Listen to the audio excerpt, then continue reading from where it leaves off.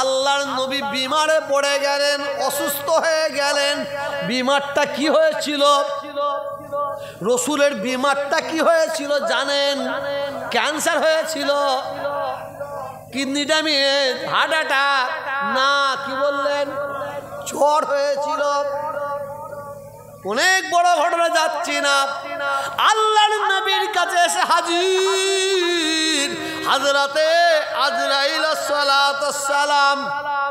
কখন, কোন সময়? গভীর রাত্রিরে। হযরতে মা ফাতেমা আমার রাসূল পাক সাল্লাল্লাহু আলাইহি ওয়াসাল্লামের কলেজার টুকরা, নয়নের মণি, খাতুনে জান্নাত, সৈয়দাতুন নিসা হযরতে ফাতেমা রাদিয়াল্লাহু তাআলা আনহা বসে আছেন। ঘরের দরজার খিল দেওয়া। এমন সময় গভীর রাত্রিরে একটা দরজায় ঠুকার আওয়াজ পাচ্ছে। যখন ঠুকছে, দরজায় ঠোকা মারছে, তো রসুল পাক কি করছেন? রসুল পাক ওই সময়টা একটু ঘুমিয়েছিলেন। যখন দরজায় ঠোকা মারে, হযরতে ফাতেমা রাদিয়াল্লাহু তাআলা আনহা একটু আওয়াজ দিয়ে বলেছিলেন, কে রে এত রাত্রিরে ঘরের দরজায় ঠোকা মারিস?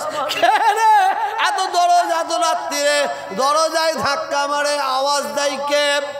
আমার আব্বা জানের ঘুমটা ঠিক মতন হয় না, আজকে আমার আব্বা জান একটু আরামে ঘুমিয়ে আছে। কে এত রাত্রিরে ঘরের দরজায় ঠোকা মারে?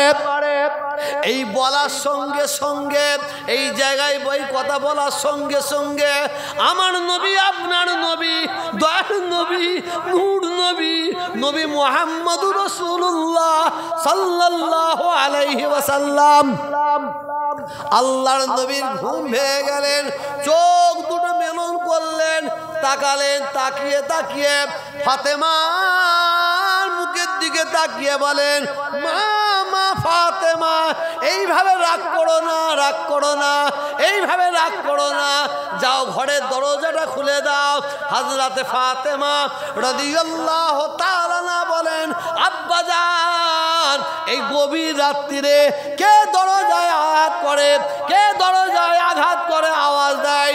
আল্লাহর নবী, দয়ার নবী বলেন, মা ফাতেমা, যাও ঘরের দরজাটা খুলে দাও, ঘরের দরজাটা খুলে দাও। উনি অন্য কোনো ব্যক্তি নয়, যে ব্যক্তি মায়ের কোল থেকে ছেলেকে ছিনিয়ে নিয়ে চলে যায়, ছেলের কোল থেকে মাকে ছিনিয়ে নিয়ে চলে যায়, স্বামীর কোল থেকে স্ত্রীকে ছিনিয়ে নিয়ে চলে যায়, স্ত্রীর কোল থেকে স্বামীকে ছিনিয়ে নিয়ে চলে যায়, উনি হচ্ছেন ওই ব্যক্তি হযরতে আজরাইল সালাতুস সালাম। এই আজরাইলের নাম শুনলে হাসি পায় না কান্না পায়? জোরে বলবেন তো। আজরাইলের নাম শুনলে ভয় লাগে না?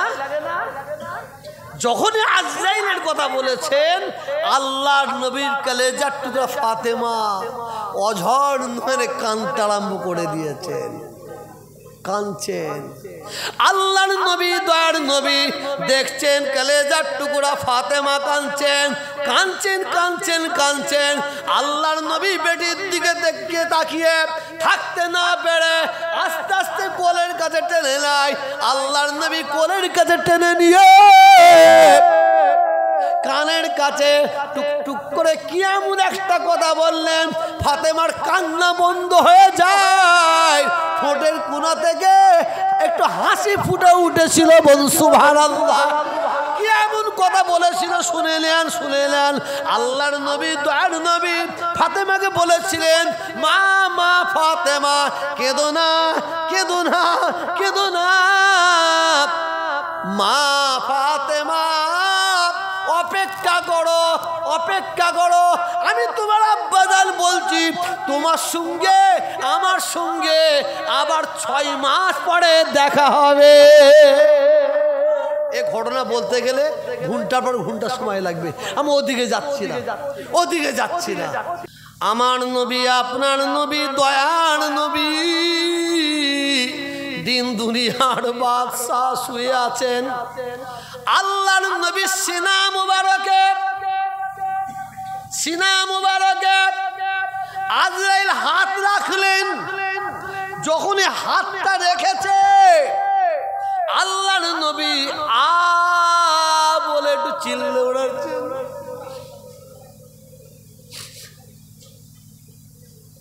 আল্লাহর নবী দয়ার নবী বলে চিল্লে উঠার পরে আল্লাহর নবী বলেন, আজরাইল তাড়াতাড়ি আমার বুকের ওপর দিয়ে হাতটা সরিয়ে নাও, আমি সহ্য করতে পারছি না। হযরতে আজরাইল সালাতুস সালাম হাত সরিয়ে নিয়েছেন। আল্লাহর নবী আজরাইলের দিকে তাকিয়ে কি বলেছিলেন, আজরাইল তোমার মনে কি কোনো দয়া নাই? তোমার মনে কি কোনো মায়া নাই? আজরাইল তুমি আমার বুকের ওপরে হাত রেখেছ। আজরাইল ওই হাতটাকে আমি নবী এত ভারী লাগছে যেন মনে হচ্ছে উহুদ পাহাড়টাকে তুলে নিয়েছে আমার বুকের ওপরে চাপিয়ে দিয়েছ। আজরাইল আলাইহি ওয়াসাল্লাতুস সালাম বলেন, আয় আল্লাহর দোস্ত নবী, বিয়াদবি মাফ করুন, বিয়াদবি মাফ করুন। আমি আজরাইল যত নবীর জান কবজ করেছি, যত নবীর উম্মতের জান কবজ করেছি, এমন কিনা আপনার যত উম্মতের জান কবজ করেছি। আয় আল্লাহর দোস্ত নবী, আপনি শুনুন শুনুন, আমি আজরাইল আপনার এত আসানির সঙ্গে, এত সুন্দরভাবে, এত হালকা ভাবে, এত আসানির সঙ্গে আমি জান কবজ করছি। আমি অন্য কোন নবীর উম্মতি আপনার উম্মতির এত আসানির সঙ্গে জান কবজ আমি নবী করি না। এই কথাটা শোনার পরে এই নবীর দুশমনেরা শোনা, এই কথাটা শোনার পরে আল্লাহর নবীর মনে পড়ে গেল আমাদের কথা। বল সুবহানাল্লাহ, আমাদের কথা মনে পড়ে গেল।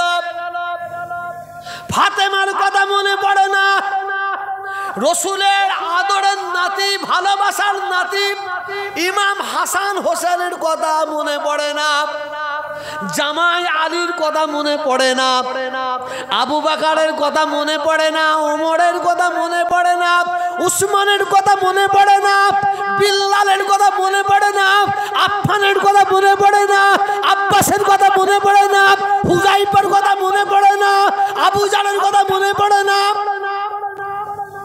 রসুলের মনে পড়ে গেল আমাদের কথা। আল্লাহর নবী অঝর নয়নে ইন্তেকালের সময়, মওতের সময় কাঁদতে কাঁদতে আজরাইলকে বলছেন, আজরাইল আমার উম্মতিরা বুড়ো হবে, আমার উম্মতিরা বুড়ো হবে, আমার উম্মতিরা জয়ী হবে, আমার উম্মতিরা বাচ্চা মাসুম হবে।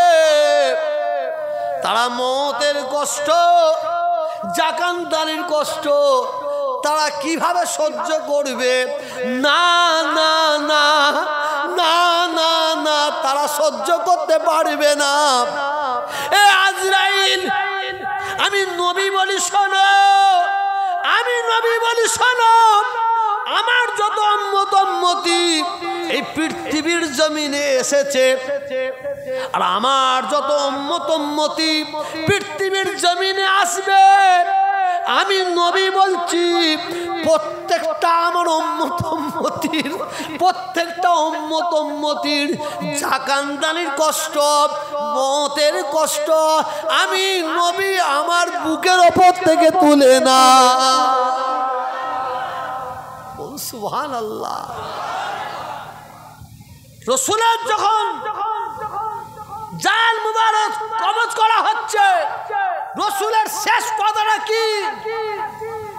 আমরা আল্লাহর কাছে আশা করি, আল্লাহ আমাদের যখন মওত হবে, আল্লাহ আমাদের মওত হবে, আমরা যেন মওতের সময় লা ইলাহা ইল্লাল্লাহ মুহাম্মাদুর রাসূলুল্লাহ এই কথা বলতে বলতে যেন আমাদের মওত হয়ে যায়। বলি না?